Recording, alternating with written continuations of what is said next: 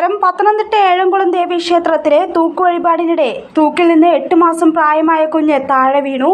ഇന്നലെ രാത്രിയാണ് സംഭവം. അപകടത്തിൽ നടപടിയെടുക്കാൻ ബാലാവകാശ കമ്മീഷൻ ജില്ലാ ശിശുക്ഷേമ സമിതിക്ക് നിർദ്ദേശം നൽകി. പത്തനാപുരം സ്വദേശികളായ ദമ്പതികളുടെ കുഞ്ഞാണ് തൂക്കുകാരന്റെ കയ്യിൽ നിന്നും വഴുതി വീണത്. കൈയിനൊടിവ് പറ്റിയ കുഞ്ഞ് അടൂരിലെ സ്വകാര്യ ആശുപത്രിയിൽ ചികിത്സയിലാണ്.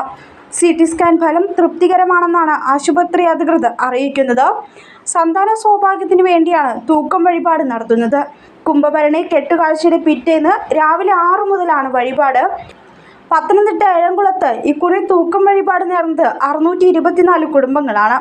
2 പകലും 2 രാത്രിയും നീളുന്നതാണ് വഴിപാട്. പത്തനംതിട്ട ജില്ലയിൽ ഏഴംകുളം, തട്ടോരിപ്പുറം ക്ഷേത്രങ്ങളിൽ മാത്രമാണ് തൂക്കം വഴിപാടുള്ളത്. ക്ഷേത്രമുറ്റത്തൊരുക്കിയ ഭീമൻ ചാടുകളുള്ള തടിയിൽ തീർത്ത തൂക്കുവില്ലിലെ തൂക്കുകാർ ക്ഷേത്രത്തിനു മുന്നിൽ കുഞ്ഞുങ്ങളെ എടുത്തുയരുകയും പിന്നീട് കുഞ്ഞുങ്ങളെ രക്ഷിതാക്കൾക്ക് കൈമാറി തൂക്കുവില്ല് ക്ഷേത്രത്തിന് വലം വയ്ക്കുകയും ചെയ്യുന്നതാണ് വഴിപാട്.